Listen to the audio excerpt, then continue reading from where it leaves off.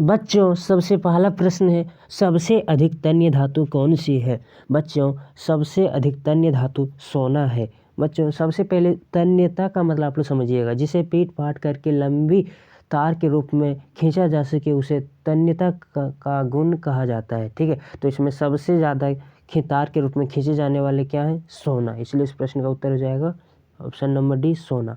अगला प्रश्न है, कमरे के ताप पर द्रव धातु कौन सी है। बच्चों इस प्रश्न में हमेशा कंफ्यूज करने के लिए बच्चों को कभी कभार एक बार द्रव धातु पूछ लिया जाता है या तो द्रव या धातु।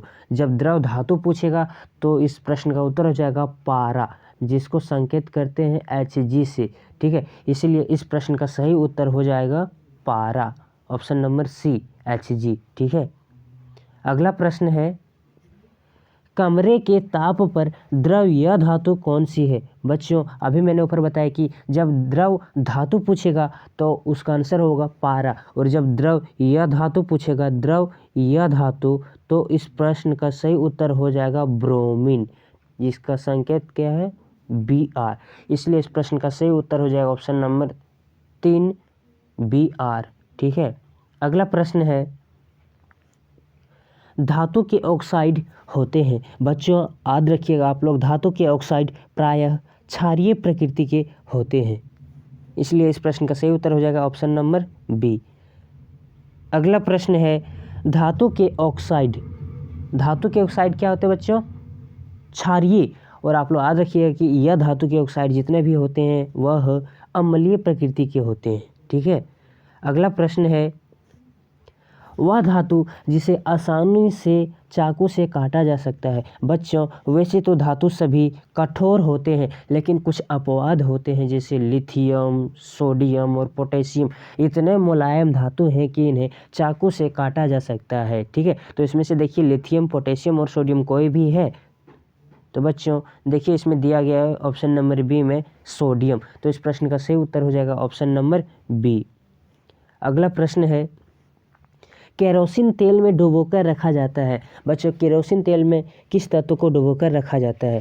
बच्चों आप लोग याद रखिएगा कि सोडियम तथा पोटेशियम एक बहुत ही अत्यंत अभिक्रियाशील तत्व हैं, जो नमी या वायु के संपर्क में आते ही वह उसके साथ अभिक्रिया करके विस्फोट के साथ जलने लगता है। ठीक है, इसलिए सोडियम तथा पोटेशियम को केरोसिन तेल में डुबोकर रखा जाता है ताकि वह जले नहीं, जलने से सुरक्षित रहे। ठीक है, इसलिए इस प्रश्न का सही उत्तर हो जाएगा option number D, sodium Na। ठीक है, अगला प्रश्न है, उष्मा का सबसे अच्छा चालक धातु कौन सी है। बच्चों जब हमसे उष्मा का सबसे अच्छा चालक धातु पूछा जाएगा तो इस प्रश्न का सही उत्तर हो जाएगा कॉपर। अगला प्रश्न है, सिनेबार किसका अयस्क है। बच्चों पारा धातु से सिनेबार प्राप्त किया जाता है, इसलिए यह पारा धातु का अयस्क है। ठीक है, इसलिए इस प्रश्न का उत्तर हो जाएगा पारा। अगला प्रश्न है, तांबा और जस्ता के मिश्र धातु को क्या कहा जाता है। बच्चों आप लोग याद रखिएगा, तांबा और जस्ता के मिश्र धातु को पित्तल कहते हैं। आप लोग याद रखने के लिए कि कॉन्सेप्ट रिलेट कर सकते हैं क्या, कि पित्तल को पिताजी से याद कीजिएगा, पिताजी से। ठीक है, जैसे पिताजी और पमर से पित्तल का हो जाएगा तांबा, तब फिर तांबा और जिसे जास्ता आप लोग याद रखिएगा, याद रखने के लिए सब बताएं। ठीक है, तो पिताजी से क्या हो गया, तांबा और जास्ता, आप लोग याद रखिएगा, तांबा एवं जास्ता।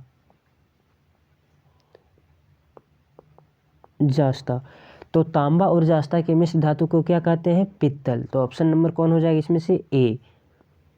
अगला प्रश्न है, एक्वा रेजिया में HCl एवं HNO3 का अनुपात होता है। बच्चों एक्वा रेजिया में HCl और HNO3 का अनुपात होता है HCl के 3 यौगिक और HNO3 के 1। ठीक है, इसलिए इस प्रश्न का सही उत्तर हो जाएगा ऑप्शन नंबर ए।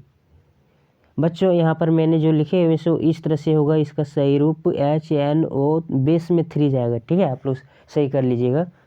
अगला प्रश्न है, निम्न में कौन उभयधर्मी ऑक्साइड है। बच्चों सबसे पहले समझते हैं कि उभयधर्मी ऑक्साइड कहते किसको। ठीक है, तो उभयधर्मी ऑक्साइड उसे कहते हैं जो अम्लीय और क्षारीय दोनों गुण को प्रदर्शित करते हैं, उसे उभयधर्मी ऑक्साइड कहते हैं। तो इस प्रश्न का सही उत्तर हो जाएगा Al2O3। बच्चों ये सब इस रूप में लिखा जाएगा Al2O3 और यहाँ भी इसी तरह से होगा बच्चों Fe3O4 और Na2O बेस में 2 जाएगा ये सब, ठीक है। तो इस प्रश्न का जो सही उत्तर है वह है aluminium oxide, option number A Al2O3, इसलिए इस प्रश्न का उत्तर हो जाएगा ए। अगला प्रश्न है सीसा एवं टीन के मिश्र धातु को क्या कहा जाता है। बच्चों आप लोग याद रखिएगा, बहुत ही इंपॉर्टेंट है, सीसा एवं टीन के मिश्र धातु को सोल्डर कहा जाता है, ठीक है। अगला प्रश्न है सबसे कठोर तत्व कौन सा है। बच्चों सबसे कठोर तत्व इनमें से जो है सो हीरा एक सबसे कठोर तत्व है, ठीक है, इसलिए ऑप्शन नंबर ए। अब अगला प्रश्न है एक यह धातु जिसमें चमक होती है। बच्चों सभी अधातुओं में कोई विशेष प्रकार की चमक नहीं पाई जाती है, लेकिन कुछ अपवाद होते हैं, ठीक है, जो एग्जाम में अक्सर वहीं से पूछा जाता है, जो बच्चे गलती करके आते हैं, ठीक है। तो यहाँ पर पूछा गया कि एक यह धातु जिसमें चमक होती है, तो आप लोग याद रखिएगा बच्चों, यह धातु में सिर्फ एक आयोडीन ही एक ऐसा तत्व है जिसमें चमक पाई जाती है, इसलिए ऑप्शन नंबर बी हो जाएगा। अगला प्रश्न है वह कौन सा धातु है जो विद्युत का सुचालक होता है। बच्चों यहाँ पर देखिएगा हमसे पूछा गया है यह धातु पूछा गया, ठीक है, और यह धातुएं विद्युत के कुचालक होते हैं, लेकिन कुछ धातुएं जो अपवाद में हैं उन सभी को याद रखिएगा, जैसे कि एक सिर्फ मात्र ग्रेफाइट ही एक ऐसा धातु है जो विद्युत का सुचालक होता है, इसलिए इस प्रश्न का सही उत्तर हो जाएगा ग्रेफाइट।